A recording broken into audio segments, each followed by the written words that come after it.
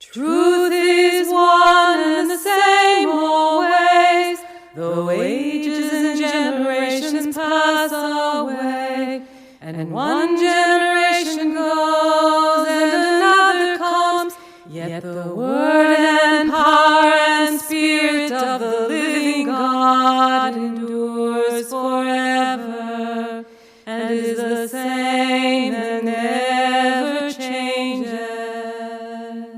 We are continuing to read from the Eye of Faith, A History of Ohio Yearly Meeting Conservative by William P. Tabor, Jr. Chapter 6 is titled Ministry of the Golden Age, 1874 through 1917. In this podcast, we will resume reading from that chapter.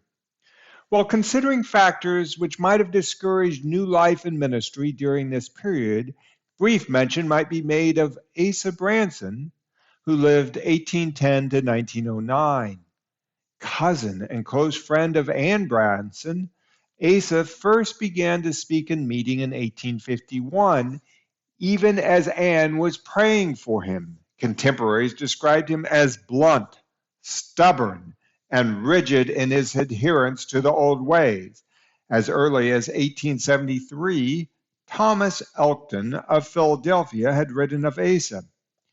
It was also interesting for me to hear Asa Branson express his views, for he came out so plainly and clearly there was no excuse for not understanding him. There is a possibility that if he were more familiar with the state of the Society of Friends in different parts, had traveled more and comprehended the various phases of difficulties with which faithful friends have to contend, he might see things from a different standpoint. But I confess, some of us would tremble for the fate or status of Ohio Yearly Meeting in these parts, should he travel amongst us and speak in the line of thought which seemed to clothe his mind. Any visitor to the yearly meeting during the 3 closing decades of the century would be likely to carry away a more vivid picture of him than any other individual in it, wrote Joseph E. Myers of Asa. It was Asa who had preached a sermon against sociability at the boarding school during yearly meeting week, fearing that friends were allowing their social activities to draw their minds away from a proper concern for the right transactions of the affairs of the society. One such sermon was based on the text, "Woe unto them that draw iniquity with cords of vanity and sin as with a cart rope." In this sermon, he said, "Would thee prevent sociability? No, but sociability coupled with watchfulness." Apparently, Asa represented a type of Wilburite, never very numerous, but still found in most of the meetings at the turn of the century, whose interpretation of Quaker practice was so strict that he kept himself and sometimes his children from most amusements, recreations, social occasions, and in extreme cases, even from friends' schools. Any kind of frivolity was distasteful to him, and as a student at Westtown, he did not feel like mingling in games, but got what exercise he needed by taking walks. Elma Starr was one who, as a small girl, heard Asa Branson declare from the Short Creek meeting facing bench, "I can tell from your eyes whether or not you are worshiping." Elmer thought at once, "I must close my eyes."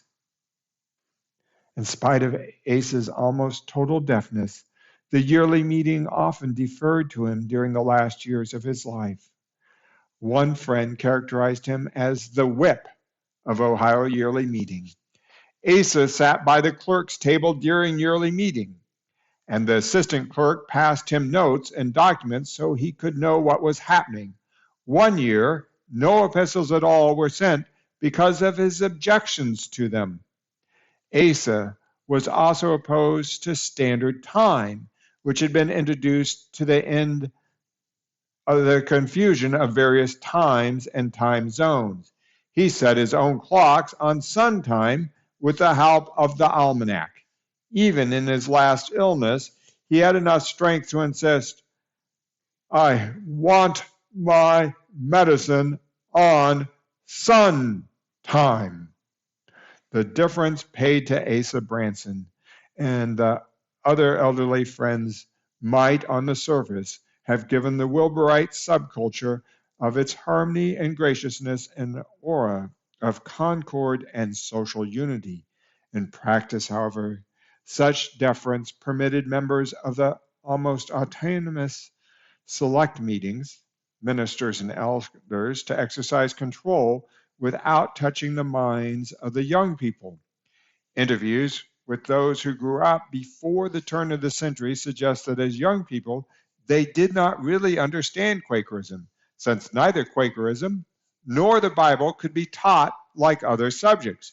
Younger friends of that era, says one who herself grew up in Ohio at that time, knew that they could hardly expect to be a clerk, elder, overseer, or minister unless they put on plain dress.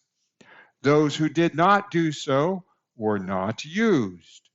The Olney Current's frequent urging that old and young get together and understand each other suggests that during the extended era of good feeling, many friends had deferred to leaders like Asa Branson for so long that a gulf preventing communication and understanding had come into being.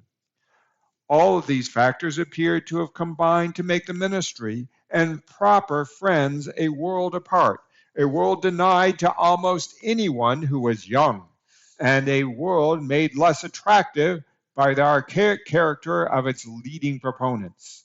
It was as if the entire society was taking to heart Benjamin Hoyle's 1874 warning. There is a danger in bringing too much forward those who were concerned and lifting them out of the Lord's hand before the work was fully accomplished in them. However, new ministry did appear. A report of Ohio Yearly Meeting in 1892 noted an increase of those constrained to open their mouths in testimony to the comfort of their friends, and that the difference which formerly existed in some places seemed largely to have passed away, and there is ground for hope that if the members are preserved humble and faithful, a period of increasing prosperity and usefulness will open before this branch of our church. An 1895 description of Ohio Yearly Meeting commented that many young people were being entrusted with spiritual gifts and endeavoring to use them. A report the next year said that the evidence of a growth in grace and of a united desire to advance the cause of truth gave a hopeful outlook for the future of Ohio Yearly Meeting friends.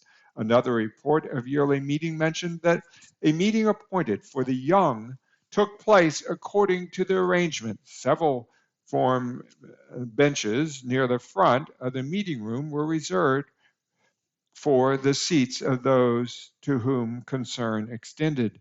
The young were given a very good address by an unknown minister, but as in some other instances, the good impressions made were not increased. It was to be feared by additions in the same line from subsequent speaking.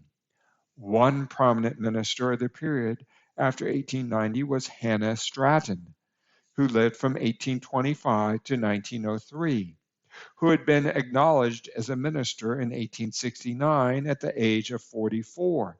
But it was her activities in the 1890s that demonstrated a new spirit of outreach by Ohio Yearly Meeting.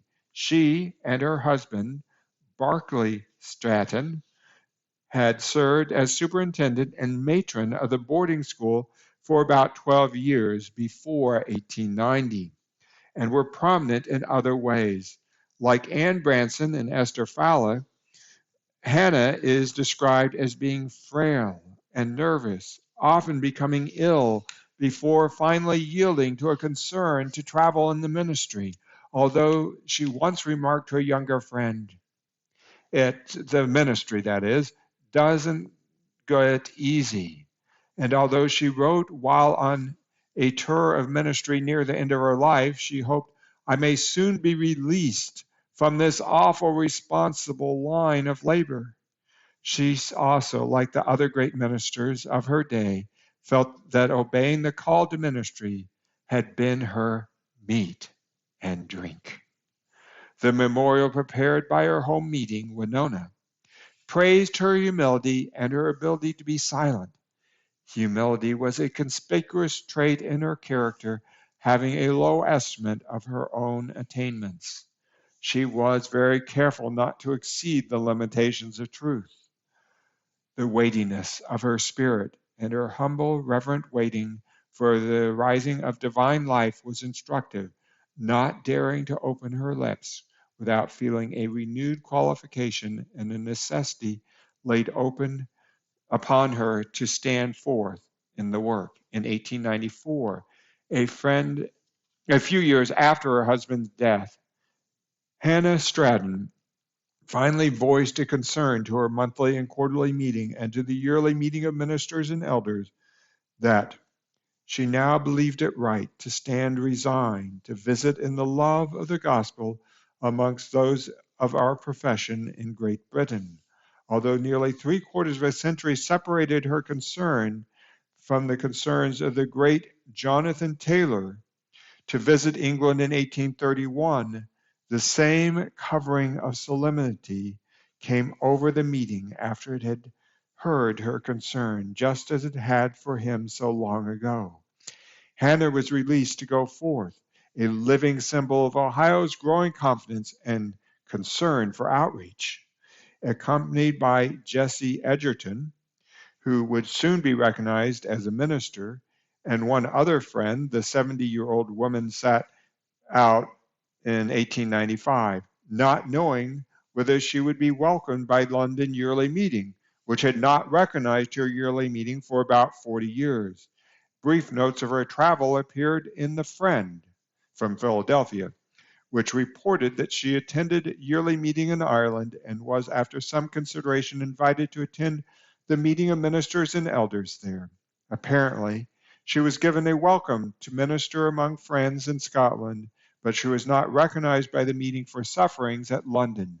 She did travel unofficially among English friends and was welcomed in some places. As The Friend described it, "Our Ohio friends in many places have had to encounter a feeling of prejudice attaching to the body from which they came." Anna and her party returned after a few months in time for Ohio Yearly Meeting, 1895. She returned her minute and reported in the ancient language which Jonathan Taylor must have used that she had accompanied what was required of her to the peace of her own mind. Before her death in 1903, she engaged in other long trips in the ministry, the last ones being to North Carolina friends and colored people and to Hickory Grove meeting in Iowa. Hannah's final trip was accompanied with much bodily weakness. Yet she accomplished the service, much to the comfort and satisfaction of her friends and to the peace of her own mind. Afterwards, she said she felt entirely clear. John, who lived from 1832 to 1910, and Esther, who lived from 1845 to 1922, Fowler, also represented the new outreach of the 1890s, although their unusual ministry and service had also started earlier. Both of these eccentric and dedicated friends were ill for much of their lives. John Fowler was an invalid much of the time from age 24 to 35, although after that he was able to manage a small farm. They did not marry until 1882, when John was 50 and a semi-invalid, and Esther was a frail 37. By that time, she had been acknowledged a minister, and he had followed his leading to spend about 4 years in canvassing Washington County alone and on foot to collect $12,000 required to build a badly needed children's home in Athens, Ohio. The Fowlers held to plain dress of the older generation, and both deeply felt that their safety rested in living close to their Redeemer, and that the testimonies of our society could not be slighted.